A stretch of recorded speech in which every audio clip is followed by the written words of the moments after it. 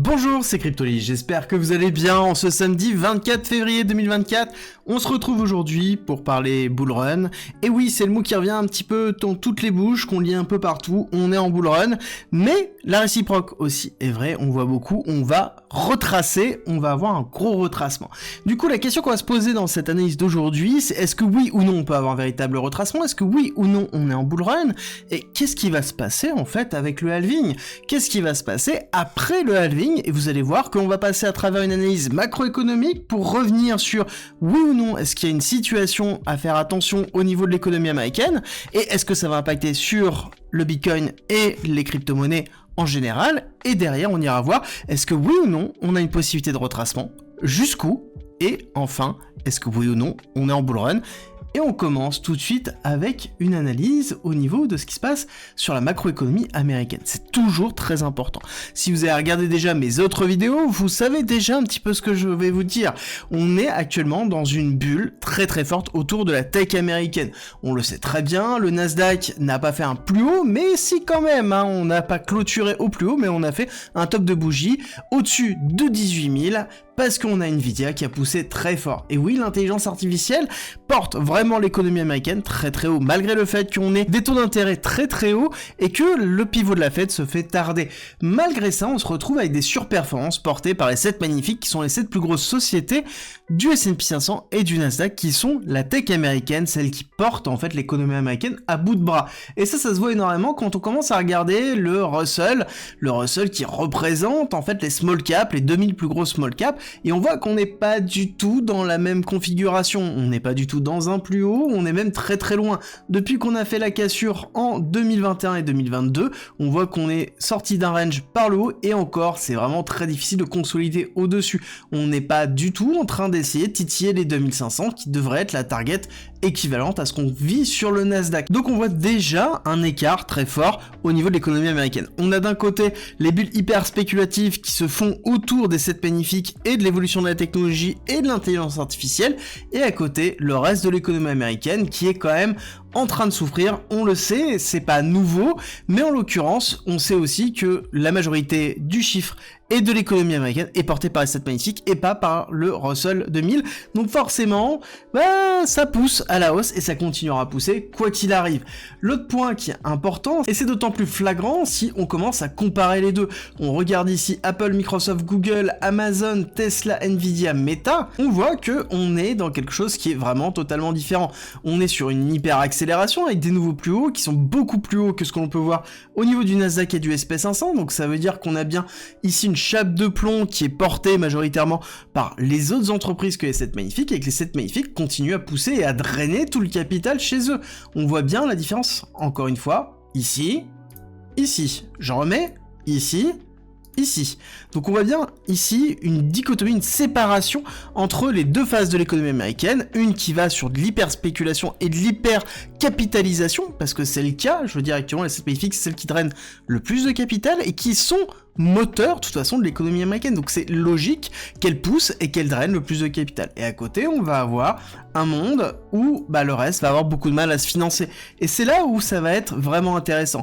C'est-à-dire que l'idée qu'il y a derrière, c'est que les 7 magnifiques n'ont aucun problème pour se financer, étant donné que les capitaux se déversent chez elles et qu'elles surperforment dans tous les cas le marché.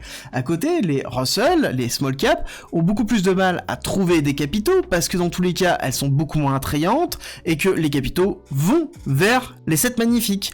Et à côté, elles doivent emprunter avec des taux très élevés, des taux qui sont portés par la Fed et les taux directeurs de la Fed. Et c'est là où on voit qu'on va avoir une pression très forte sur cette classe de l'économie américaine et pas du tout sur le reste. Et c'est ce qui fait que on se retrouve sur une accélération haussière, mais pas tant que ça, alors qu'on devrait avoir vraiment une hyper accélération avec la probabilité de la mise en place du pivot de la Fed, donc c'est-à-dire la diminution de ces taux d'intérêt.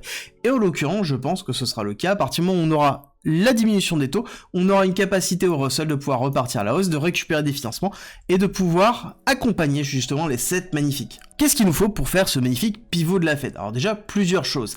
Un, il va falloir l'inflation qui va diminuer, on va regarder dans quelques instants, mais surtout, il faut éloigner le spectre de la récession et le spectre de la crise bancaire. On sait très bien que on a une peur au niveau de la crise bancaire depuis l'année dernière, où l'année dernière, on a mis en place, la Fed a mis en place, plutôt, je devrais dire, un prêt bancaire auprès des banques pour assurer les fonds et assurer un bank run. C'est-à-dire quand les gens retiraient leur argent, on assurait que la banque ait la liquidité pour pouvoir le faire, qu'elle ne soit pas obligée de vendre des assets comme les bons au trésor américain qui étaient en négatif et perdre en fait de l'argent. C'est ce qui s'est passé avec SVB, c'est ce qui s'est passé avec Signature Bank, et ils ont été rachetés par des plus grosses banques, mais ça n'empêche que derrière, toutes les autres banques ont eu ce prêt pour pouvoir assurer de la liquidité.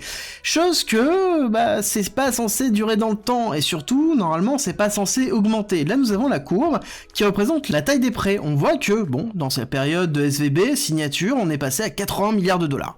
Ok, normal. On voit que ça a augmenté petit à petit. Deuxième accélération, décembre-janvier, et là on est à 160.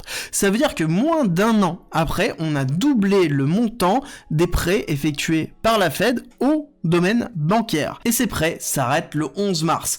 Et là, ça risque d'être soit une crise de liquidité pour les banques, parce qu'il va falloir qu'ils rachètent leurs prêts, et donc derrière qu'ils rachètent leurs bons au trésor, par exemple, parce que c'est une grosse partie des bons au trésor qu'ils ont mis en collatéral dessus, mais ça va être compliqué. On le sait que ça va être compliqué. On sait que ça va être aussi compliqué parce qu'on a le Overnight Reverse Repurchase Agreement. Je vais m'arrêter là parce que c'est très très long à lire.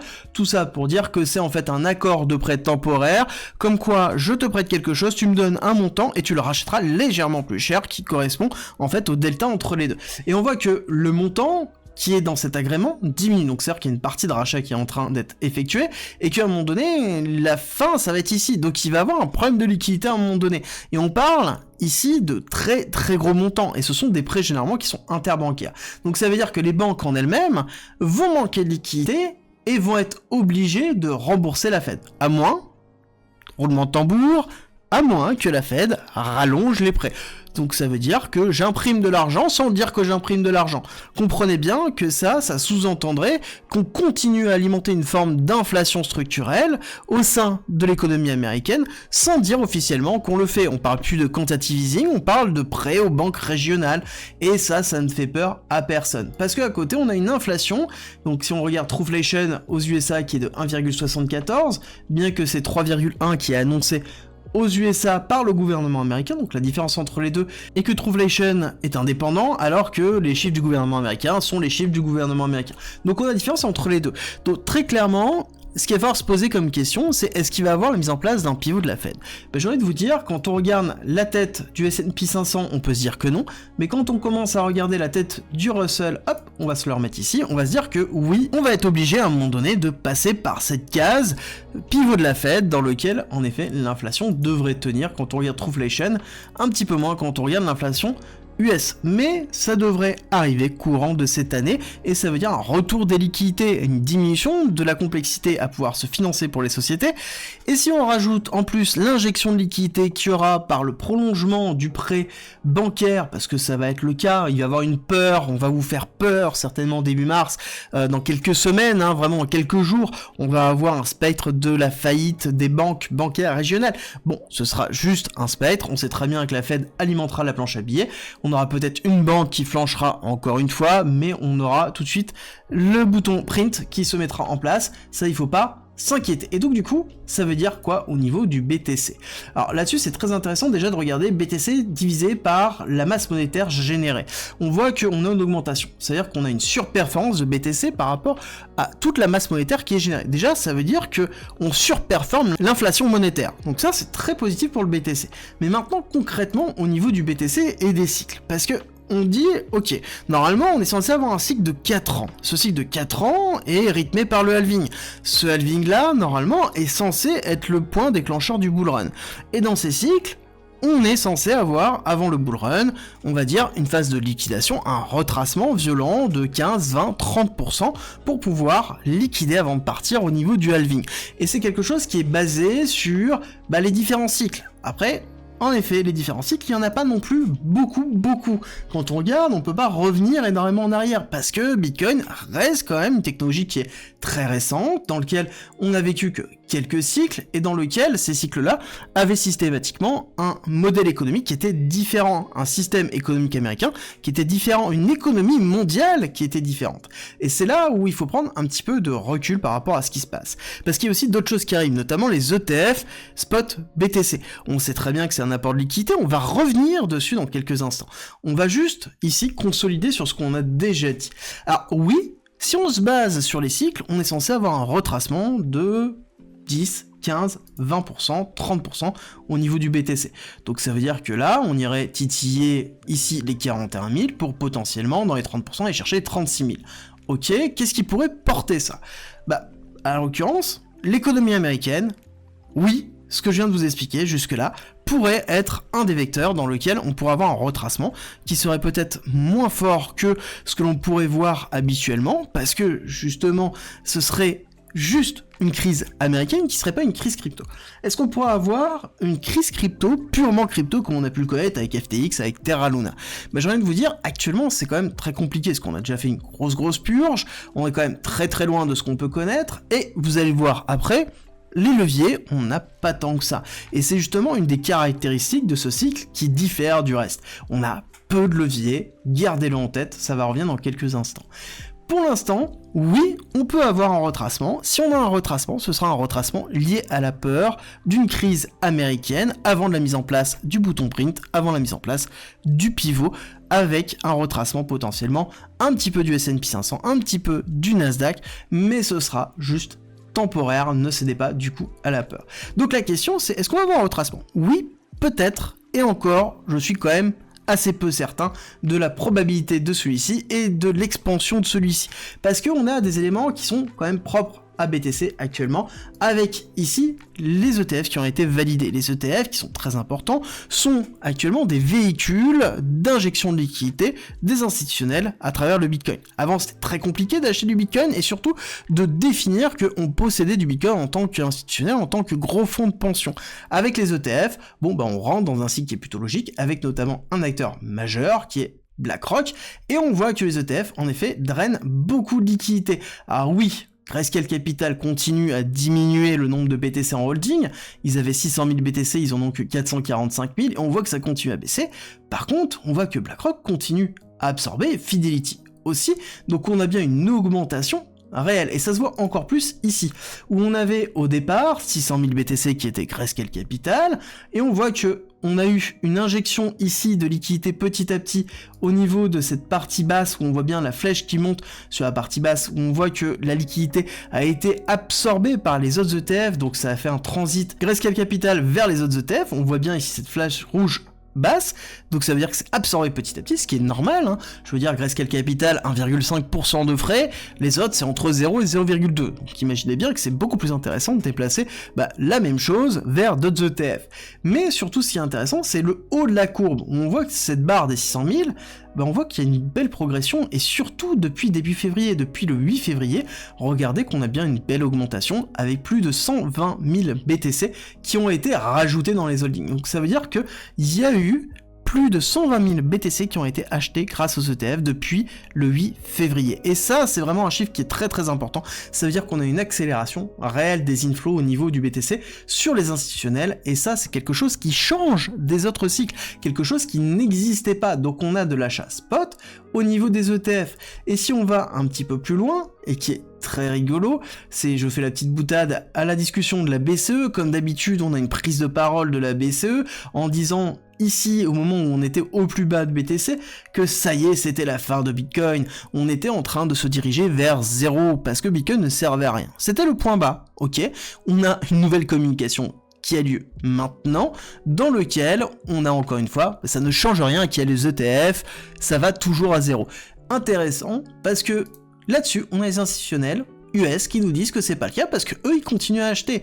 Et ce qui est intéressant de voir, c'est que là, on compare euro sur BTC, donc BTC devient l'étalon de base dans cette comparaison. Et ça, c'est intéressant, ça voudrait dire que potentiellement, oui, nous soyons vraiment à l'aube d'une accélération haussière. Est-ce qu'on peut avoir un retracement? Encore une fois, Oui, n'oubliez pas qu'on a un potentiel de crise qui est très très lourd au niveau des USA, mais ça ne veut pas dire qu'on ira très très bas et que le BTC, comme nous dit la BCE, ira à 0 ou ira à 10 000. Encore une fois, il faut retirer ça de sa tête.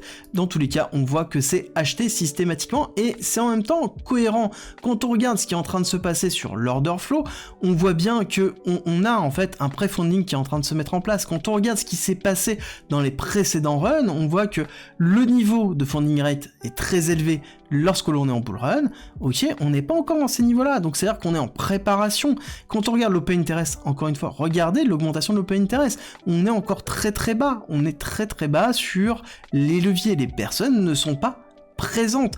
On voit que on a très très peu de leviers d'accélération et c'est majoritairement du spot parce que on a des ETF qui injectent de la liquidité et que les gens tout simplement attendent, sont patients et on voit que les leviers ne sont pas là et qu'on est en train de structurer quelque chose qui manque de liquidité mais qui pousse à la hausse grâce principalement aux achats des ETF et c'est eux qui drainent la liquidité. Les achats sont faits en OTC, over the counter, donc ça veut dire en dehors du marché classique, ce qui est normal au vu des volumes, mais ça n'empêche qu'on a une injection de liquidité qui est réelle, parce qu'à un moment donné, les BTC, il faut bien les garder, il faut bien les sortir du marché. Donc ça veut dire qu'on a une contraction de l'offre, avec une augmentation de la demande, et une diminution des parties de levier, donc une diminution des impacts réels. Et c'est pour ça que je vous dis que si jamais on a un retracement, ce sera un retracement qui sera rapide et qui sera beaucoup moins fort que d'habitude. Parce que quand on regarde la carte de liquidité, on voit bien que cette carte de liquidité ici,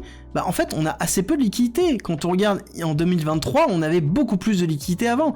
Là on est dans quelque chose où on manque de liquidité, on n'a plus cette liquidité, cette hyper liquidité qu'on avait même sur le précédent bull run ou qu'on avait même sur janvier 2023. Donc ça veut dire qu'on a beaucoup moins de leviers, on a beaucoup moins de clusters de liquidation, donc ça veut dire que derrière on a beaucoup moins de leviers et de sources de dégringolade, donc on a un marché qui est quand même beaucoup plus sain par rapport à ce qu'on peut connaître au niveau du BTC. Alors c'est un peu moins le cas au niveau des altcoins, il faut toujours faire attention, parce que si jamais on fait un moins 20% sur BTC, imaginez bien que sur les altcoins, ça peut être moins 40, moins 50, voire même sur certains, moins 60 s'ils sont hyper leveragés, comme ça peut arriver sur certains altcoins. Moi l'important, ça va être de reprendre ce graphique. Encore une fois, ici, nous sommes dans une phase de pré-bull run. Nous sommes dans un moment où on va préparer le halving. Qu'on ait un dip ou pas, l'important c'est d'être préparé à la probabilité. Jusqu'où ça peut aller ? Ok, c'est bon, c'est fait. Est-ce que je prépare ma liquidité pour pouvoir saisir cette opportunité si elle arrive? Et surtout, est-ce que je suis prêt à ne rien saisir si jamais elle n'arrive pas? Et est-ce que je suis suffisamment exposé pour pouvoir suivre le momentum sans jamais FOMO et être capable de gérer ma stratégie? Et c'est là où l'intérêt d'avoir une stratégie est essentiel pour ne pas réagir sur l'émotion. C'est pour ça que j'ai mis à disposition plein d'éléments gratuitement, notamment un guide d'investissement qui est disponible en description et en commentaire dans lequel j'explique comment concevoir une stratégie d'achat et de vente pour se préparer au bull run et qui a une newsletter qui est une fois par semaine où on vous donne l'actualité et les analyses techniques importantes pour pouvoir suivre le marché, le tout une fois par semaine de façon condensée. C'est gratuit et c'est disponible en commentaire en description aussi, donc n'hésitez pas. L'important vraiment pour moi à retenir, et il faut pour moi dézoomer, c'est que on est en amont de la préparation du bull run. Un point, c'est tout. Qu'il y ait un dip, qu'il n'y ait pas de dip, ça importe assez peu. Nous sommes ici, nous sommes ici, nous sommes ici. D'accord? Donc, nous sommes en phase de préparation du bull run, qui est une crise économique américaine et de récession. Dans tous les cas, on sait très bien ce qui va se passer. La Fed appuiera sur le bouton impression. Il ne faudra pas céder à la peur, il faudra être capable d'acheter la peur des gens. Encore une fois, n'oubliez pas, vendez la grid. Actuellement, il y a très peu de cupidité sur le marché, il y a très peu de nouveaux arrivants, il y a très peu de leviers, donc les personnes ne sont pas là. Donc nous sommes bien propices au travail réel de la préparation d'un bull run. À nous de saisir les opportunités qui arriveront, et c'est le travail qu'on effectue aussi sur le groupe privé, qu'on anime directement sur la communauté Rifter, parce que c'est quelque chose qui se prépare, c'est quelque chose qui se travaille. Il faut être conscient de notre capacité d'investissement et être conscient de ce qui est en train de se passer. Et tout ça, c'est à vous de faire cette réflexion en amont. Ne pensez pas que vous êtes arrivé trop tard parce que vous n'avez pas acheté en cette zone-là, parce que vous étiez peut-être pas là, parce que vous n'avez pas cru, etc. Ça impacte assez peu. Somme toute, nous sommes toujours dans une phase qui est relativement basse. Imaginez-vous, là vous êtes dans cette zone-là. On va même retirer le graphique pour vraiment que vous compreniez l'importance de la psychologie. D'accord? Imaginez que vous êtes ici, d'accord, dans cette zone des 9 000, 10 000 $ au niveau de BTC. Est-ce que maintenant, vous vous dites que c'est trop tard? Alors que derrière, on a fait un 70 000.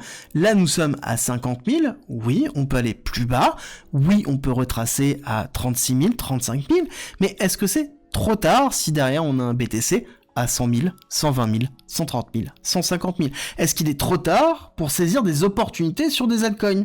C'est la question que vous devez vous poser maintenant, aujourd'hui.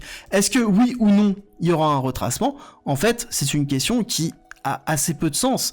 La véritable question, c'est est-ce que vous êtes prêt s'il y a un retracement? Et la deuxième question, c'est est-ce que vous êtes prêt s'il n'y a pas de retracement? Dites-moi en commentaire si oui ou non vous êtes prêt, et nous on se retrouve très vite pour une nouvelle vidéo.